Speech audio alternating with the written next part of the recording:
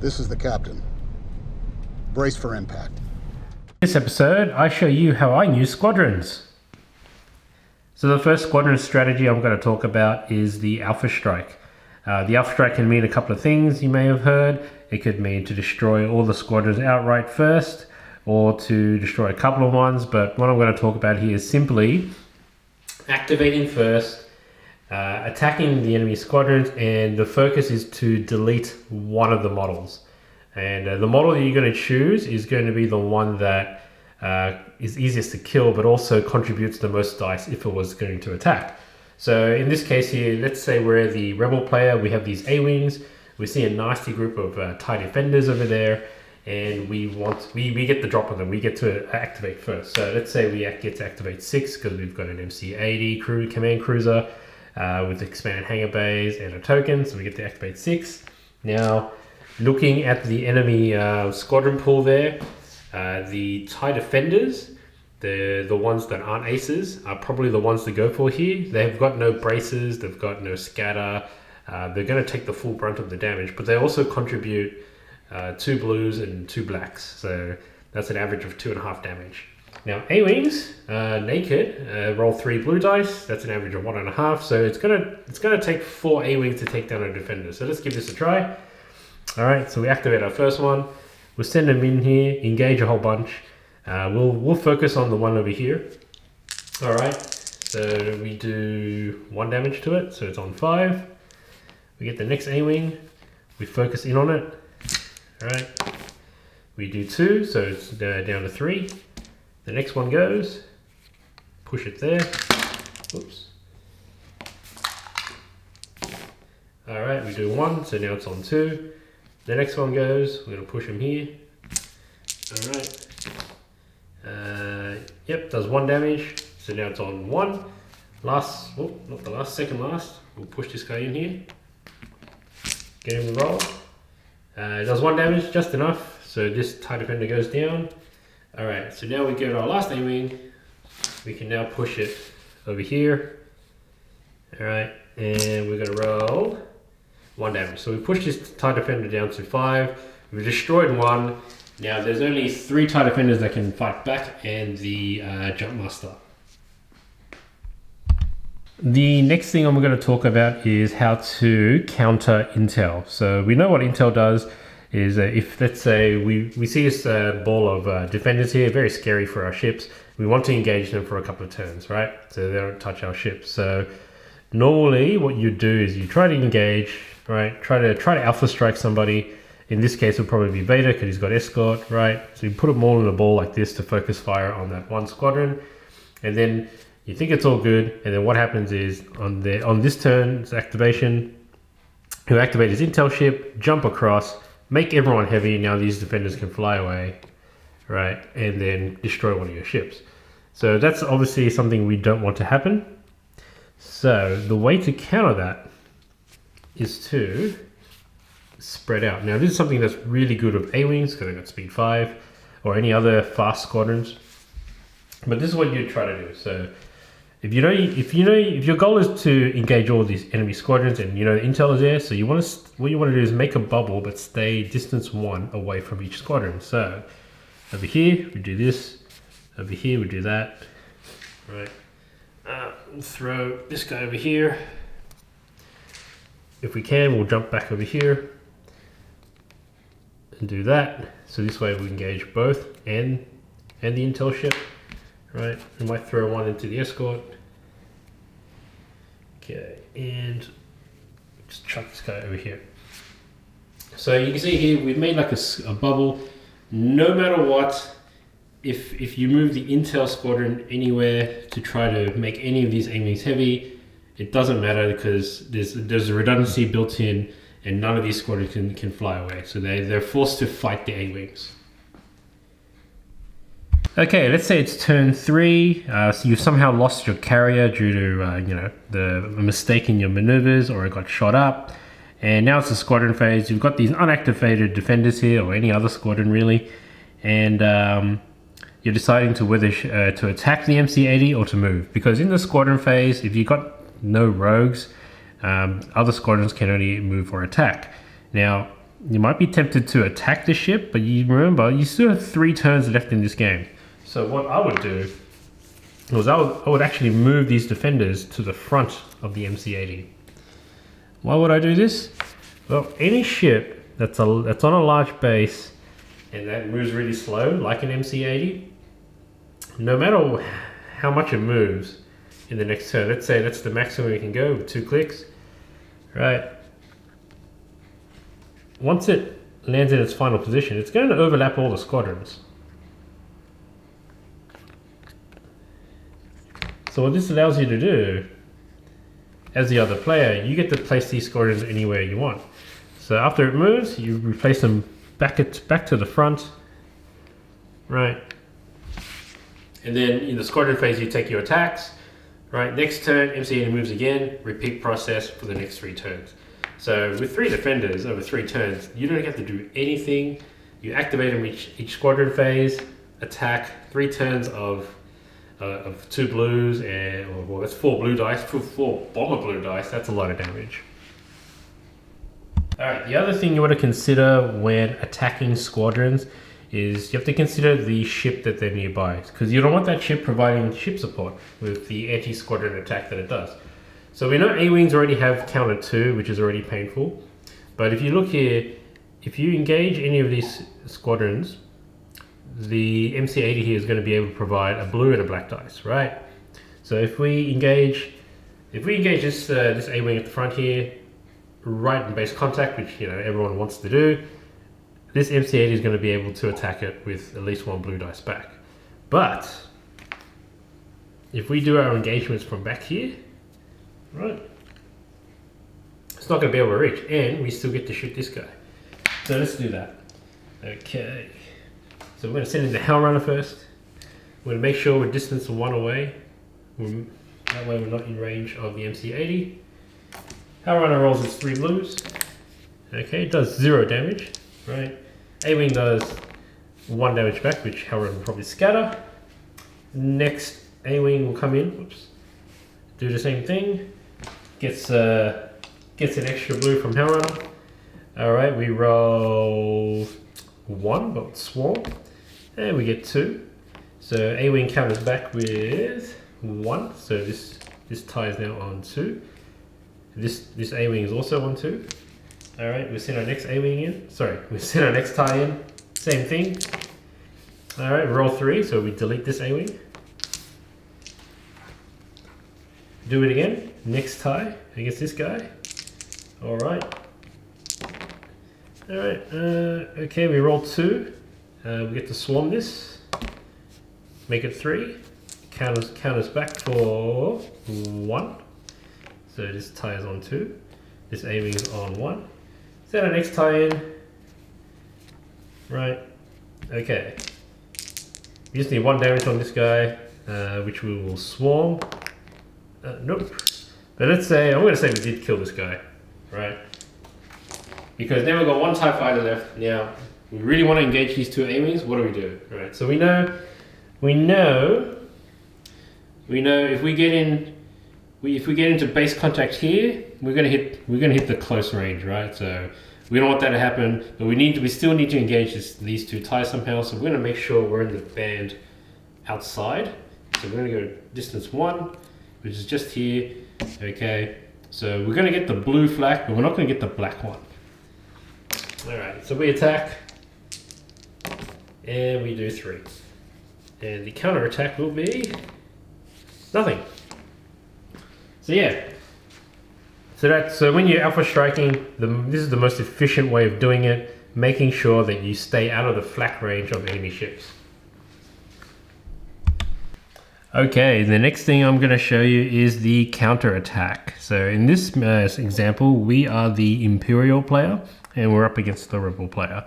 So we have an escort ball. We've got 3 defenders. We've got a named escort, which is Zertic Strom. He's a cheap, I think he's 15 or 16 points. We also have a raider that's going to be shepherding the TIE defenders. And we're up against some A-Wings. So we're going to entice the A-Wings to do an alpha strike. All right, so let's say this is a smart A-Wing player, because they're not going to want to engage these squadrons within close range of the raider, because they're going to get deleted from the 2 black dice that it throws. So, as I showed you in the previous tip, they're going to try to stay distance 1 away from the escort, because you want to destroy the escort first, so you have access to the other squadrons, right? And if you attack the defenders, you're going to be in range of this. So if we go distance 1 from this, we'll be out of range of that. Now, we know the average of A-wings is 1.5, so it's going to take about 5 A-wings to destroy this thing, because he's a named TIE advance, so he's got brace. So we're going to send him in, we're going to send them in, right, boom. Alright, so we've done that, got rid of 1 escort. Now, they've taken out your escort, you now activate, right? Now you can do the counter alpha strike. So you take your defender, you roll up, you're gonna be wiping out one of these guys. Okay, and we do 4. That's it. There we go, that guy's gone. Next guy goes. We're gonna go attack this one. We do 2, so now it's on 2. And we're gonna get Marek Steel. He's gonna jump over it and try to finish it off. Roll over here. Okay, he does 3. He would turn this into a crit anyway. Right, gone. Boom. So now, in the subsequent turn, even though the A-wings had the advantage, right, in this turn now, our 3 defenders can easily take out 3 A-wings, even if the 2 of them are named ones. Right, so for trading 1 escort, we managed to take down 3 A-wings.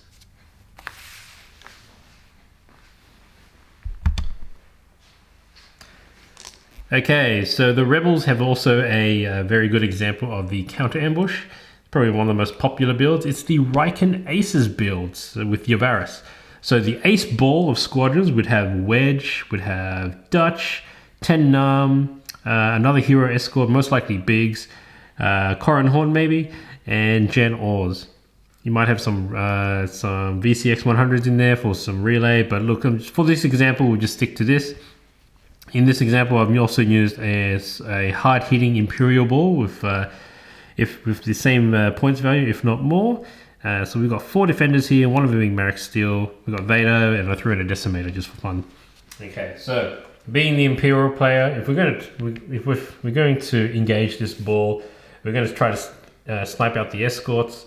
We know they're going to be Riken, so the guy we want to kill is probably going to be Wedge, because he throws 6 dice to activated squadron. So we want to get rid of him first. We're going to have to tank the shot. We also want to stay away from this Dornian gunship, right?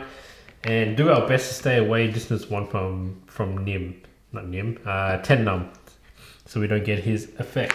Okay, so we're going to snipe Wedge. Okay, you know, defenders do 2.5 on average.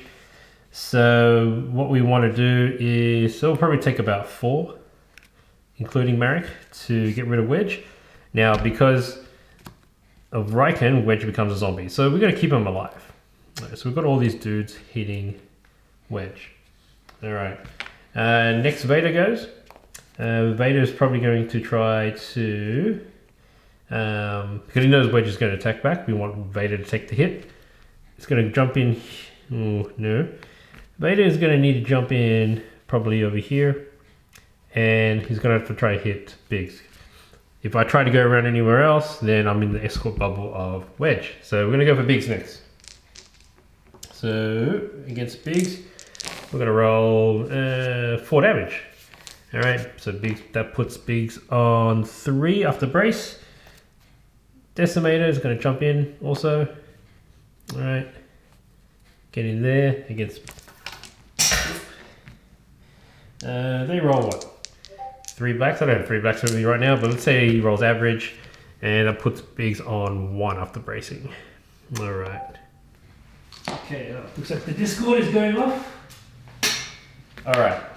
So now the Riken Ace counter attack happens. Okay. Let's say Adar Talon is on this ship here. He activates Wedge. Wedge activates and then unactivates after the attack. So Wedge is going to be rolling 6 6 blues. So let's aim this at Marek's steel. Alright, so Marek's not bracing, so he's taken 3, so he's down to half. Alright, so wedge deactivates. Alright, and then your Varus comes in later on another turn. Right, flight commander and all, through with the squadron token, activates 3. Wedge is going to activate first, because he's dead. And he's going to have his double tap against Marek again. Alright, so it looks like Marek's not bracing again. And he's taken 4, so that's Marek gone. Alright, Wedge is going to attack the next defender. And 3. Okay, and Dutch is going to go next. Against the same defender that's on 3. Does 1 damage, which is technically 2 because of its ability, so it puts him on 1. Alright, next attack, 3 damage, wipes out a defender. Alright, 10 num goes now for his double tap. Alright, 10 num, he has to shoot Vader. So, alright, so there's a blue critical. So we do 2 to Vader. And Vader takes 1. Because he's going to brace. And then this guy takes 1 because of 10 num. Alright, 10 num attacks again. Alright, there's our blue critical. Spend that. Vader takes 1. It's on 3 now. And this guy takes another hit there. So that's pretty brutal so far, just from that combo. And then of course Wedge is going to go in his turn, and then Corin Horn, and then so forth. End of the status phase, of course, Wedge dies.